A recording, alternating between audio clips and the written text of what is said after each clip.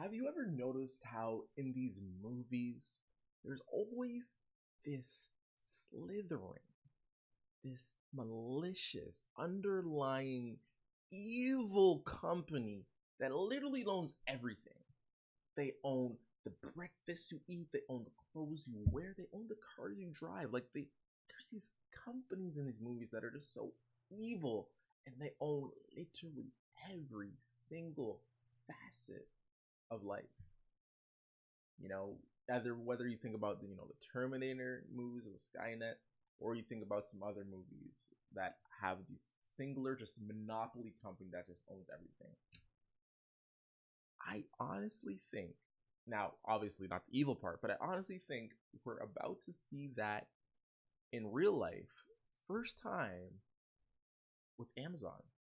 Hi, my name is Flystewie, and you're listening to the Uneducated Investor Podcast.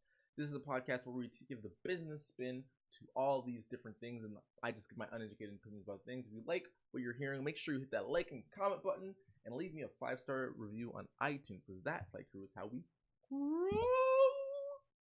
Now, the interesting thing about Amazon is I honestly think it's the first company that's gonna win it all. And what I mean by that is you always see these mega companies that start to form, right? And they just look unstoppable. You think of companies like, I don't know, BlackBerry, or even Toys R Us, for even like these companies that are larger than life, too big to fail. Like, you just can't go out and not see a Blockbuster anywhere.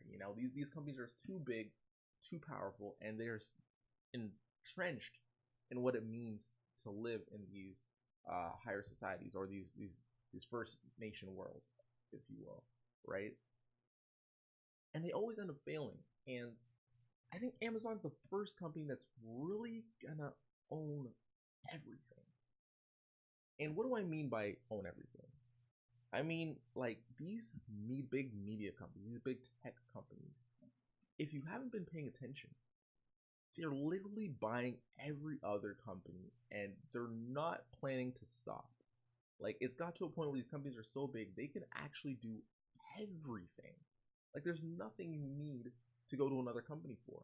So our target case is going to be Amazon. And this is actually why I'm, a part owner of Amazon, because I'm like, if they're going to own everything, I kind of want a piece of that capital.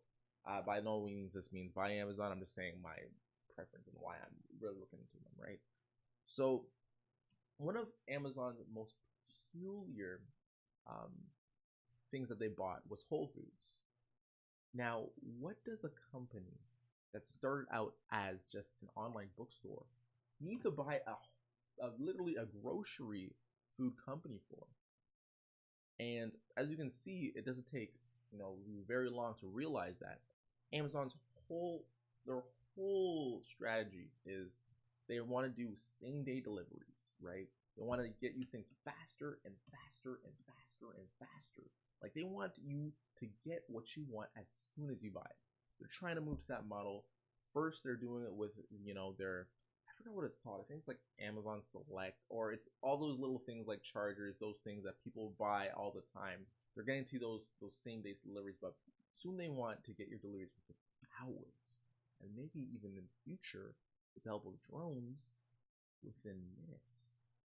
As you can see, the food industry is the last real industry that hasn't really been affected by the decline in retail. Right now, the trends of the marketplace is that in the next 5 years, it's estimated that 30% of these retail stores, so stores like, think about your Kmart's and Targets, are going to close because, the revenues that they're making are declining, and they're not justifying the massive expense it takes to keep these monstrous department stores over. I mean, think about the lighting that you're paying. Think about, just how much it costs to store stuff on these shelves, to store stuff in the frozen aisle. Like, the electricity bills these department stores are through the roof, right? And Kmart, with all that space, they're paying this massive rent tax. So these buildings are ginormous expenses, and you have to make a ton of cash to even make these things somewhat reasonable, right? So with the declining profits, it just makes sense to close.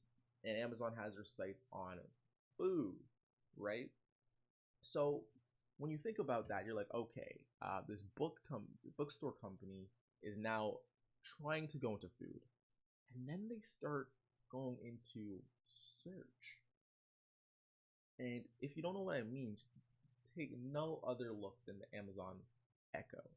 Now, this little home device is literally gonna change and revolutionize everything you do, right?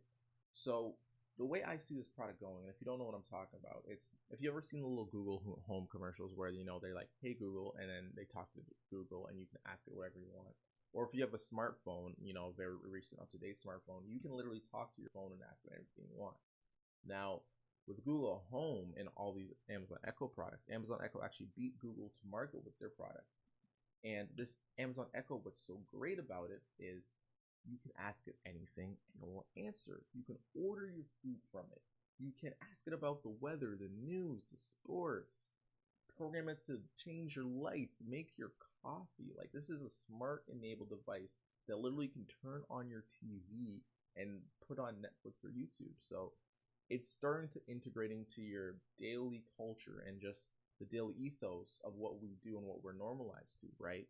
It's now going to be normal to go home and then pull up, your YouTube channel from your Amazon. Like, I currently do that now because it's just so much faster than finding the remote, right? It's so much faster to turn on your lights when you're sleeping in bed from your Amazon Echo or playing music because you just say a sentence instead of finding a remote or finding your phone. So that is causing people to use it for search more. Now, this has nothing to do with online books. Like literally nothing to do with online books. You can say, oh yeah, they can read you online books from it, but realistically it has nothing to do.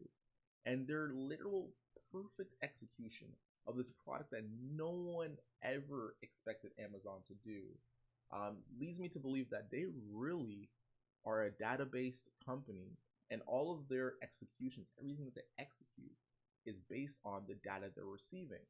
They're looking at what their purchases are on the internet, and they're making products that make sense for their business model now and their capabilities now, putting it to market and already know it's going to be successful before they even release it. Like, they're not even guessing anymore. They know exactly what consumers want. They have enough resources to beat it. So what's going to happen, and my big prediction is going to be, is I've been noticing on, I've been noticing just things like on these podcasts or anywhere you see all these, actually here's a better example.